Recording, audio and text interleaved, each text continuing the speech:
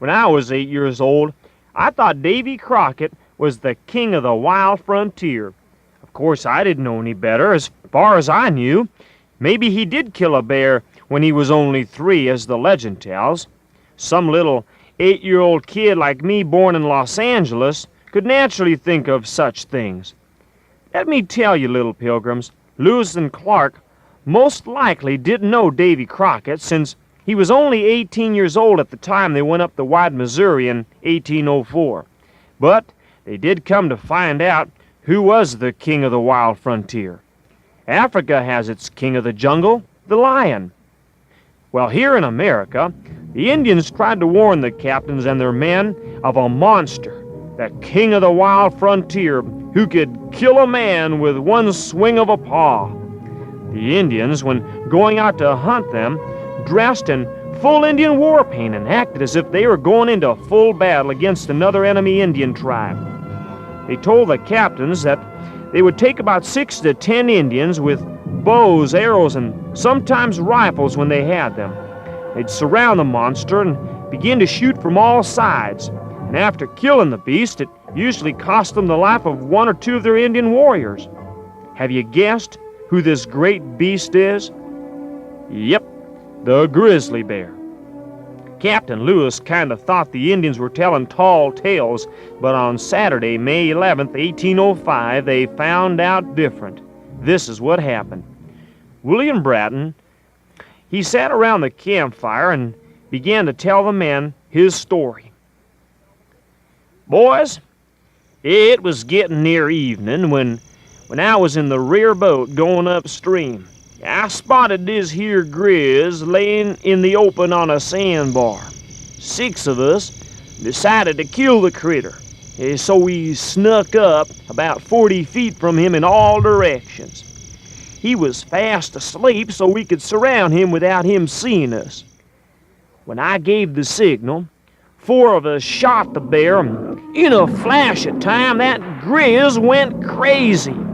He ran towards Coulter first, with his mouth open wide and his eyes blood red, bent on killing whoever he could get his greasy paw on. 2 of the other boys now shot. This only made him growl louder, made him meaner and madder.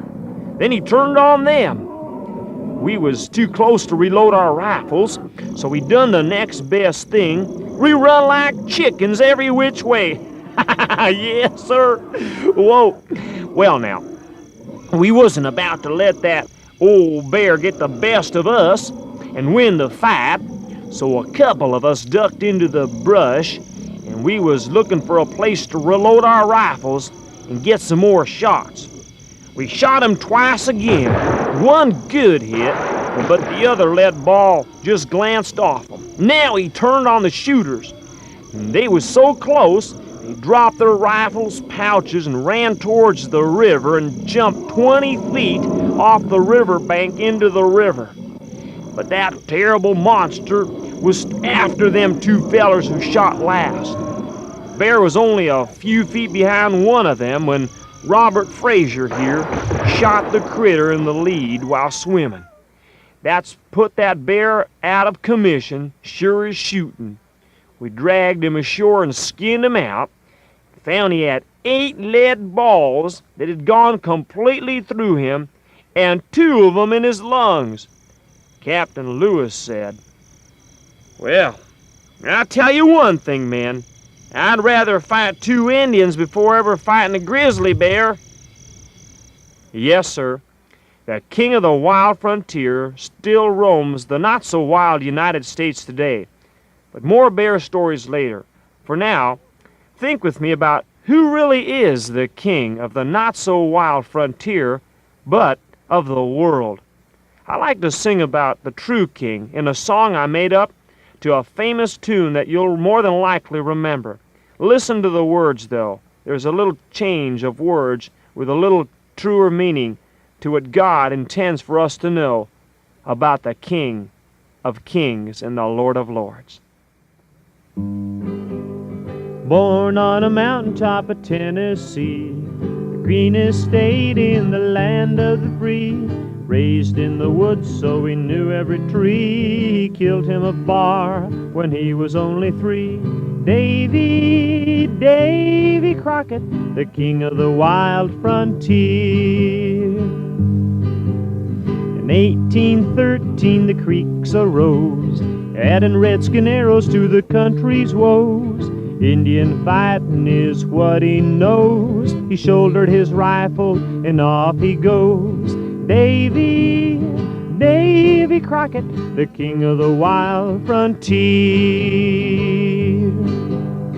Born in Bethlehem, the king of the Jews, preached the gospel they called good news. Healed the sick and raised the dead, and by his word everyone was fed. Jesus Christ, he died to set men free.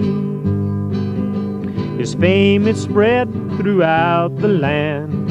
Healing folks was surely grand. But what he wants from you and me is to give us life eternally. Jesus Christ, he died to set men free. Now listen, pilgrims, listen well. Jesus preached of a place called hell. Hell is not for you and me. Receive Christ Jesus and you will see. Jesus Christ, he died to set men free. Now little bear has got to go. Keep on fighting the big foe. You can win with what you know. You're bound for heaven, so ready, set, go. Jesus Christ, he died to set men free. Jesus Christ, he died to set men free.